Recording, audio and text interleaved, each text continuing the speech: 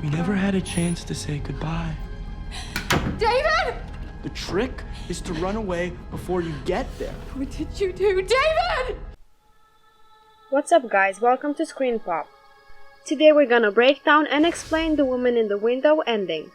We will be talking about this movie in depth, so beware of big spoilers flying your way. The fun of having an unreliable narrator on board is that you cannot watch the film without a degree of skepticism. Joe Wright has previously impressed critics with the films like Atonement and Darkest Hour and The Woman in the Window, sees the director venturing into the previously uncharted waters of psychological thrillers.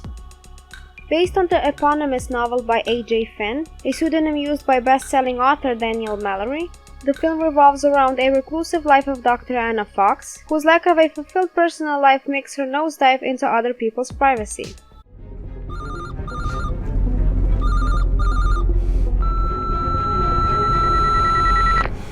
I think you know who I am. Stop watching our house or I'll call the police. Anna's life is shaken by an unexpected jolt when she becomes the sole witness to a gruesome murder at a neighboring house. While the film disturbs the audience by thwarting them off the truth, it engages them by paying minute attention to character portrayals, the credit of which primarily goes to star-studded cast led by likes of Amy Adams, Gary Oldman, and Julianne Moore. As far as the psychological thrillers go, the denouement is not as confusing as it should be, but it still posits some glaring questions as the curtains come dropping. If you cannot wrap your head around the ending of the film, let us attempt to decode it for you. Why are you protecting him? I can't tell you. Go home! In the final moments, Ethan reveals himself as a character strikingly different from what we have assumed about him. At the outset, Ethan is perceived as a meek, reserved, and sensitive teenager who is seemingly threatened by his abusive father. The influence of the voice of the father on Ethan is quite clear, and Alistair does not even hesitate to hit his son in front of a stranger, i.e. Anna. You're fucking with the wrong family. Stay away from my son! However, Ethan has a dark and sinister side to him that is not revealed until later in the plot. After getting to know the Russells' family secret from David, Anna finds momentary relief, but then she hears noise down the stairs. Anna climbs down the stairs to find a stabbed and wounded Katie on the floor.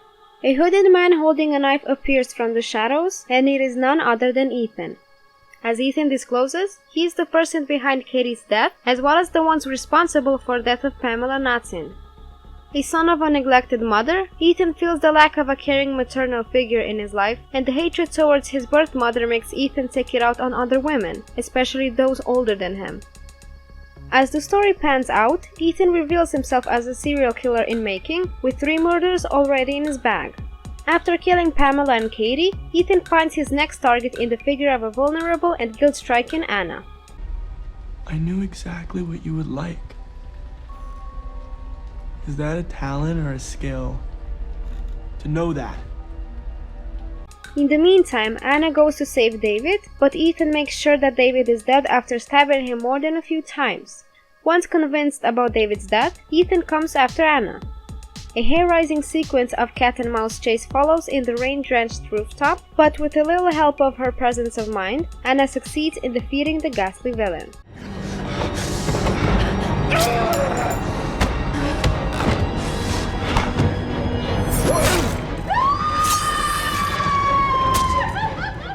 The final encounter of Anna and Ethan reinstates the audience's faith in Anna's character. Anna has been subjected to disbelief from the very beginning of the film, and the audience cannot have complete faith in the volatile and unreliable narrative voice of Anna. Upon witnessing the death of who she thinks to be Jane Russell, Anna calls the police, but Jane Russell seems to be alive, and the police believe that Anna was hallucinating due to her heavy dosage of psychoactive medicines.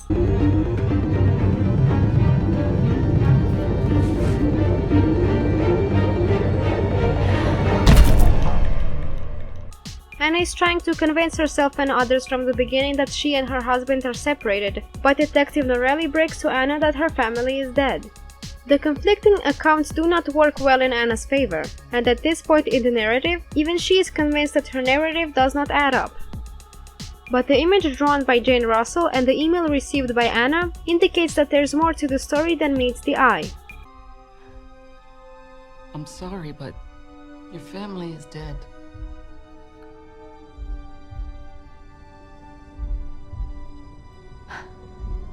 Following these two pieces of evidence, Anna finds a third, the reflection of Jane Russell's face on the wine glass in a photo from a day of Russell's visit. The revelation is a possible game changer, and Anna, driven by her curiosity, decides against committing suicide. At this juncture, she confronts her tenant David with the photo, and David spills out the whole truth.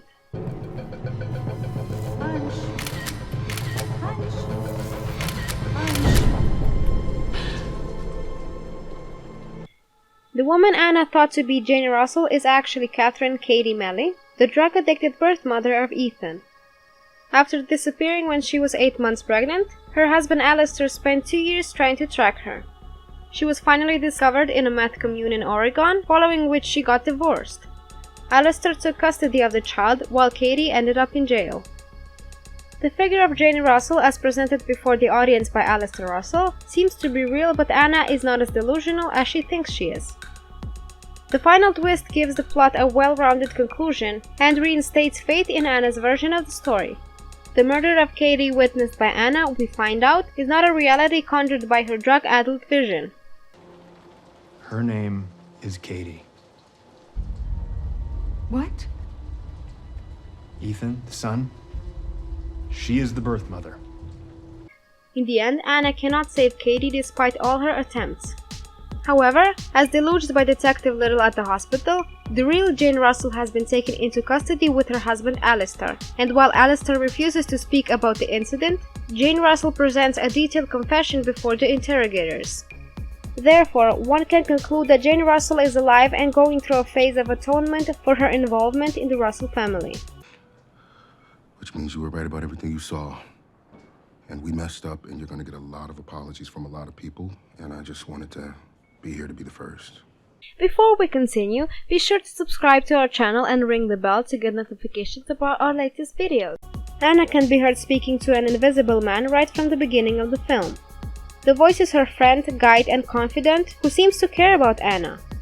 He inquires about Anna's health and advises her against taking the medicines with alcohol.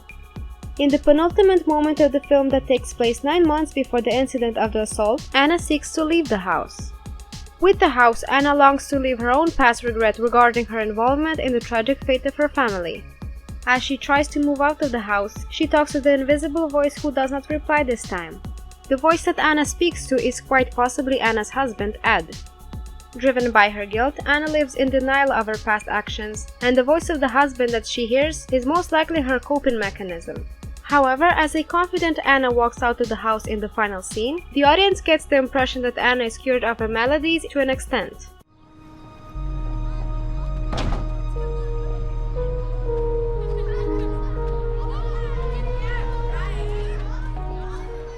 Thanks for watching, everyone.